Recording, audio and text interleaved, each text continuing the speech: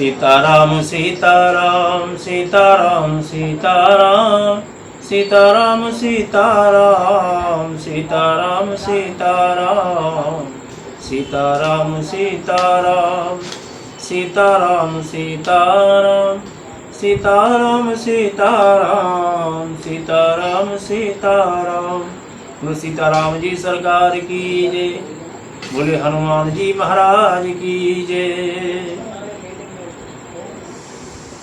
श्री वाल्मीकि रामायण जी के 43वें सर्ग में आप लोग आज जो कथा सुनेंगे वो प्रसंग है भागीरथ की तपस्या से संतुष्ट भगवान शंकर का गंगा को अपने सिर पर धारण कर लेना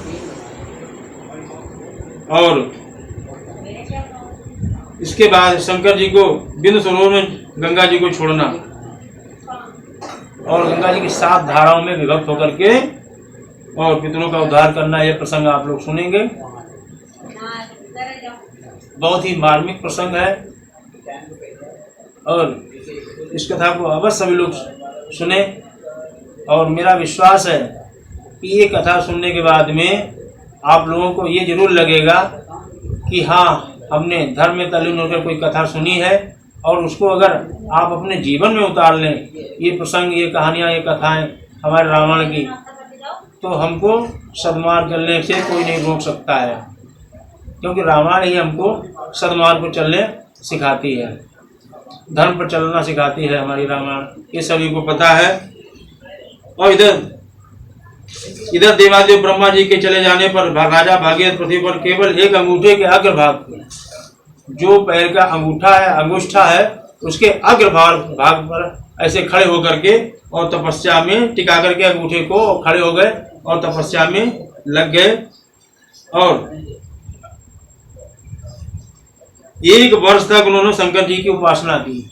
1 साल तक, 1 वर्ष तक उन्होंने शंकर जी की उपासना की और पूरा वर्ष हो जाने पर शंकर भगवान जो है तुरंत प्रकट होकर के और उन्होंने कहा भागीरथ से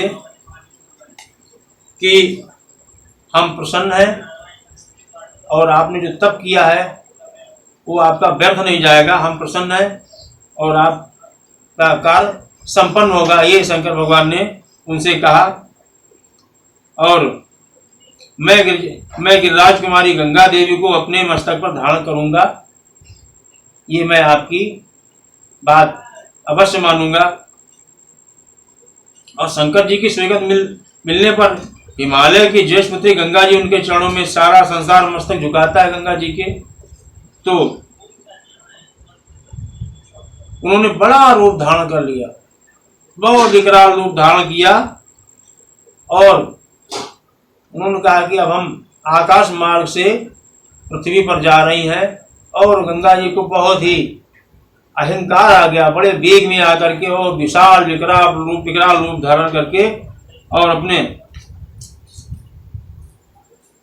शंकर जी के जटा में आकर के मस्तक पर विकराल रूप लेकर के गिरी कि अब हम जो है, इतना विकराल रूप बनाया गंगा जी ने कि इतनी वेग से आई है कि शंकर जी को लेकर के रसातल में, पाताल लोक में जाने की योजना बना ली गंगा जी ने कि मैं महादेव सहित इस पृथ्वी को चीरती हुई और सीधे रसातल में चली जाऊंगी, साथ में महादेव को भी ले जाऊंगी।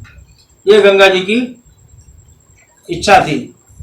देवादेव महादेव ने देखा कि हमारा भक्त हमारी आराधना कर रहा, हमारी उपासना कर रहा है, कि हमारे मृत्यु लोक में जाकर के पूर्वज हैं और चराचर जो भी प्राणी हैं उनको सबको तारने की योजना बना रही हो, इनको अहंकार आ गया, हमको ले जाकर के और रसातल में ले जाने की योजना बना रहे हैं। शंकर भगवान ने क्या किया, गंगा जी के वेग को संभाला और गंगा जी को अपने मस्तक में ही चारों तरफ घुमाने लगे। गंगा जी को पृथ्वी रसातल जाने का कोई मार्ग, कोई रास्ता ही नहीं सूझा, उनको कोई रास्ता दिखाई नहीं दिया और गंगा जी वहीं उनकी जटाओं में, जो शोभायमान जटाएं थी उनकी जटाओं में वो वहां पर घूमती रहीं गंगा जी। और इधर शंकर भगवान ने कहा तुमने इतना जो है मन में ठान लिया है कि हमको ले जा करके रसातल पर भगवान ने कहा कि जाइए मैं तुमको लुप्त ही कर दूंगा। महादेव ने ठान लिया कि मैं प्रायः गंगा जी को अदृश्य ही कर दूंगा, मैं तुमको ऐसा कोई व्यक्ति नहीं तुमको देख पाए, मैं गंगा जी का नाम ही अदृश्य कर देता हूँ। ये देवादेव महादेव ने योजना बना ली और मनुष्य रूपा गंगा भगवान रुद्र के पवित्र मस्तक पर गिरी। उनका वह मस्तक जटामंडल रूपी गुफा से सुशोभित हिमालय के समान जान पड़ता था। उस पर गिरकर विशेष प्रयत्न करने पर भी उनको पृथ्वी पर जाने का कोई रास्ता नहीं दिखाई दिया। भगवान शिव के जटाओं में जाल में उलझ गई और किनारा उनको नहीं मिला, निकलने कोई मार्ग नहीं पा सकी। बहुत वर्षों तक जटा में ही गंगा जी, कई वर्षों तक गंगा जी इस भोलेनाथ की जटा में ही निरंतर घूमते रहे, उनको कोई मार्ग नहीं दिखाई दिया। इधर भागीरथ ने कहा कि ये तो बड़ा अनर्गल हो रहा है, मैंने जिस हेतु प्रायोजन से हमने गंगा जी को पृथ्वी पर लाने के लिए जो बीड़ा उठाया था वो हमें लगता साकार नहीं हो रहा। तो उन्होंने पुनः जो है महादेव देवादेव महादेव की आराधना पुनः उनकी आराधना को चालू कर दिया और स्तुति करने लगे देवादेव महादेव की। और बहुत भारी तपस्या में वो फिर लग गए। उस तपस्या के द्वारा उन्होंने भगवान शिव को फिर से संतुष्ट कर लिया। जब पुनः आराधना की, उपासना की, उस तपस्या से महादेव फिर प्रसन्न हो गए और प्रसन्न होने के बाद में महादेव ने गंगा जी को बिंदु सरोवर में ले जाकर के छोड़ दिया। भोलेनाथ ने गंगा जी को बिंदु सरोवर में ले जाकर के छोड़ा और वहां पर जब छोड़ा तो गंगा जी की 7 धाराएं, 1 2 नहीं 7 धाराएं वहां से प्रकट हुई गंगा जी की। वो दाहिनी, पावनी और नलनी, ये कल्याणमय जल से सुशोभित गंगा जी की 3 मंगलमय धाराएं पूर्व दिशा की ओर चली गई और सुचक्षु, सीता और महानदी सिंधु, ये 3 शुभ धाराएं पश्चिम दिशा की ओर प्रवाहित होने लगी और शेष बची 1 धारा, उनकी अपेक्षा जो 7वीं धारा थी वो महाराज भगीरथ के पीछे पीछे चल दी और आगे महाराज भागीरथ और पीछे पीछे गंगा जी भागीरथ के पीछे पीछे चल दी। जहां से महाराज भागीरथ निकलती हैं वहां से गंगा जी उनके पीछे पीछे, और उस मार्ग में जो भी जीव आत्मा वहां पर आ जाती है उसको गंगा जी तारती हुई और बड़ी वेग से भागीरथ के पीछे पीछे वहां चल रही हैं। और गंगा जी की वो जलराशि महान कलकल नदा के समान तीव्र गति से प्रवाहित हुई। मत्स्य, कच्छप और सिंह झुंड के झुंड उसमें गिरने लगे। उन गिरे हुए जल जंतुओं में वसुंधरा की बड़ी शोभा हो रही, पृथ्वी बड़ी शोभायमान हो रही थी नगर के चारों ओर। और आकाश मार्ग से ये सब नजारा देवता लोग भी देख रहे थे कि ये बड़ा पुण्य आत्मा भागीरथ जो है मृत लोक में आए हैं। इन्होंने गंगा जी को आकाश से पृथ्वी पर ले आए हैं। बहुत महान प्रतापी राजा, उनकी सभी देवता लोग बड़ी प्रशंसा कर रहे थे। और सिंह सुमार सर्प तथा चंचल मत्स्य समूह के उछलने से गंगा जी के जल में उनका ऊपर का जो है जो दृश्य था बड़ा मनोरम दिखाई दे रहा था। सब उसमें मछलियां गंगा जी में खूब हिलकोरे ले रही थी, उछाल ले रही थी, बड़ा शोभायमान दृश्य दिखाई दे रहा था। और वायुवाद से सहस्त्रों टुकड़ों में बटे हुए फेन जो थे समुद्र के जहाँ देख चल रहे थे, फेन ऊपर से आ रहा था, वो बड़ा ही दीप्तिमान हो रहा था, चमक रहा था, जगमगा रहा था।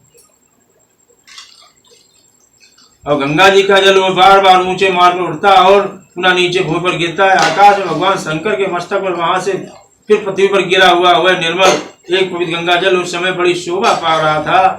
बड़ा ही मनोहरम, बड़ा ही अच्छा दृश्य वहां पर था। और इधर क्या हुआ, उस समय भूतल निवासी ऋषि और गंधर्व वह सोचकर कि भगवान शंकर के मस्तक से गिरा हुआ यह जल बहुत ही पवित्र है, उसमें आचमन करने लगे।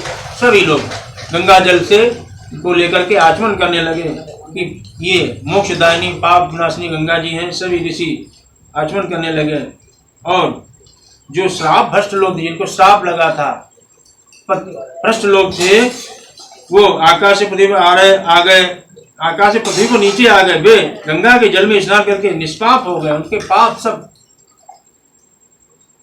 धुल गए। और पाप धुल जाने का पुनः शुभ पुण्य से संयुक्त होकर के आकाश में पहुंचकर जो है सभी अपने अपने लोक में स्थापित हो गए। ये गंगा जी की पावन महिमा होती है। और उस प्रकाशमान जल के संपर्क से आनंदित हुए संपूर्ण जगत को सदा के लिए बड़ी प्रसन्नता हुई। सब लोग गंगा में स्नान करके पापहीन हो गए। और इधर राजस महाराज भागीरथ दिव्य रथ पर आरूढ़ हो गए और आगे आगे चल रहे थे, और गंगा जी उनके पीछे पीछे जा रही थी। उनको दिव्य रथ देवताओं ने प्रदान किया था।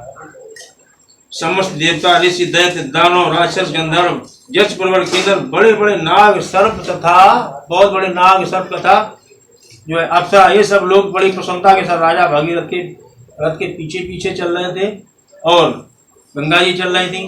वो बड़ा ही मनोरम दृश्य उस समय दीप्तिमान हो रहा था। और जिस ओर राजा भगीरथ जाते थे उसी और समस्त पापों का नाश करने वाली सहिताओं को में श्रेष्ठ यशनी गंगा जी भी जा रही थी। कल कल करते हुए गंगा जी प्रवाहित हो रही थी। और उस समय मार्ग में अद्भुत पराक्रमी महा यशस्वी राजा जो है जहानु थे। जहानु राजा यज्ञ कर रहे थे। गंगा जी अपने जल प्रवाह से उनके यज्ञ मंडप को बहा ले। गंगा जी का इतना प्रवाह तेज था कि जहानु ऋषि थे, उनका यज्ञ मंडप था, वो गंगा के प्रवाह से बह गया। और जब उनका यज्ञ मंडप बह गया तो राजा जहानु ने इसे गंगा जी का गर्व समझ लिया कि ये अपने घमंड में है, गर्व में है। उनको गर्व समझ करके और उन पर क्रोधित हो, कुपित हो गए, नाराज हो गए। महाराज जहानु कुपित हो गए। फिर उन्होंने क्या किया, गंगा जी के उस समस्त जल को अपने उदर में समाहित कर लिया। गंगा जी को पी गए, समस्त जल को पी गए। और जब समस्त जल को पी गए तो ये संसार के लिए बड़ी अद्भुत बात हो गई, बड़े आश्चर्य की बात हो गई। तब देवता, गंधर्व तथा ऋषि अत्यंत सोच में पड़ गए कि पुरुष प्रवर महात्मा जहानु की स्तुति करने लगे। उनको आराधना, उनकी स्तुति करने लगे।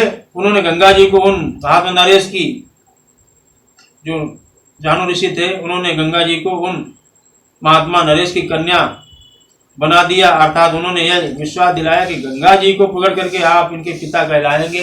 ये सभी देवताओं ने कहा। इससे सामर्थ्यशाली महातेजी जहानु बहुत प्रसन्न हुए और उन्होंने अपने कानों के छिद्रों द्वारा, अपने कर्ण के छेद से, कर्ण के छिद्रों द्वारा जो है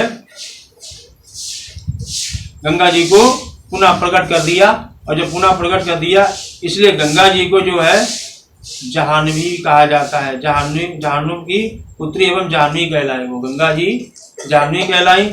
और गंगा से, वहां से गंगा फिर भागीरथ के पीछे पीछे उनका मार्ग प्रशस्त करती हुई फिर चली और शेष जाह्नवी समुद्र तक जा पहुंची और राजा भागीरथ के पितरों के उद्धार, उन्होंने सभी पितरों का उद्धार किया और उद्धार रूपिणी कार्य की सिद्धि के लिए रसातल में फिर चले गई। इधर राजा भागीरथ भी यत्नपूर्वक गंगा जी को साथ ले वहां गए। उन्होंने साप से भस्म हुए अपने पितामहों को अचेत सा देख करके देखा और फिर गंगा जी को उस उत्तम जल से सगल पुत्रों की जो भस्म थी, भस्म राख को उसको अब जो है आप्लावित कर दिया और वे सभी राजकुमार निष्पाप होकर गर्भ स्वर्ग में पहुंच गए। सभी जो है जितने उनके पितर थे सबको उन्होंने, जो वहां पाताल लोक में थे, तो वहां पर सब गंगा जी को ले जाकर और उन्होंने सबको साप से मुक्ति दिलाई और सबको स्वर्गलोक में स्थापित किया। ये भागीरथ की महिमा आप लोगों ने श्रवण की है। बोलो जय श्री सीताराम, जय श्री हनुमान जी।